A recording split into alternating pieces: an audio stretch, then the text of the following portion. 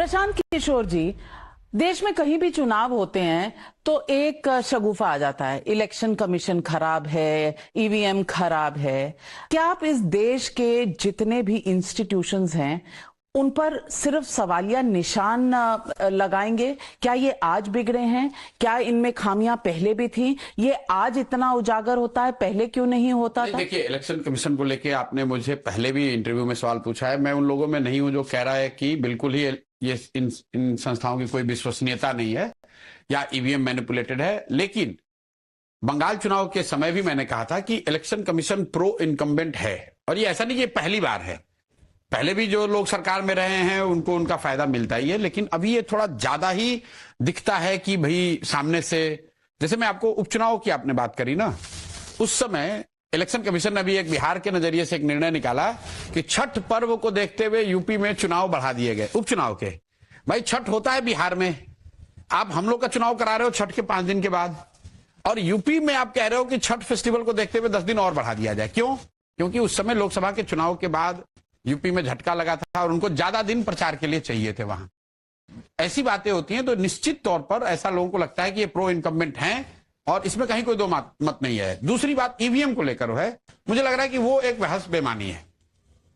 अगर तो ईवीएम ठीक नहीं है तो विपक्षी दलों को, सबको, हम लोगों को कह देना चाहिए कि भाई जब तक नहीं हटाओगे तब तक चुनाव लड़ेंगे ही नहीं।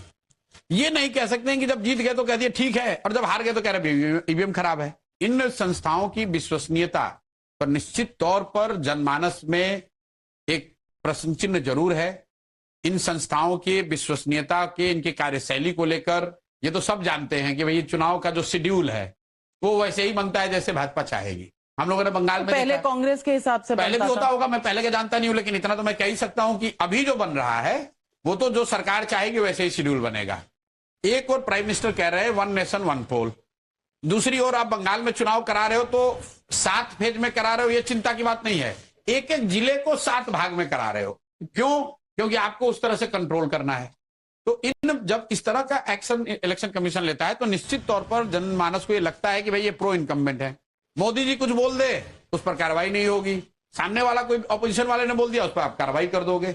लेकिन हैविंग सेड सो, ये एडवांटेज हमेशा से इनकम्बेंट को रहा है। अभी जैसे मान लीजिए चीफ इलेक्शन कमीशन की नियुक्ति हुई है, अब सुप्रीम कोर्ट ने डिसीजन दिया कि सुप्रीम कोर्ट के चीफ जस्टिस उसके मेंबर होने चाहिए।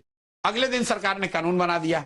तो अगर चीफ इलेक्शन कमीशन को चुनने वाले में एक मोदी जी हैं और एक अमित शाह है, तो तीसरा व्यक्ति नविका कुमार हो चाहे राहुल गांधी हो, क्या फर्क पड़ेगा? तो वही तय हो। मैं ये कह रहा हूं कि जो 3 में जब आप अमित शाह और मोदी जी एक साथ है तो 2-1 में तो हमेशा वही होगा जो उनके मर्जी का है। तो कहीं ना कहीं इन बातों को, अगर चीफ जस्टिस वहां होते तो चीफ इलेक्शन कमीशन की विश्वसनीयता थोड़ी बढ़ती।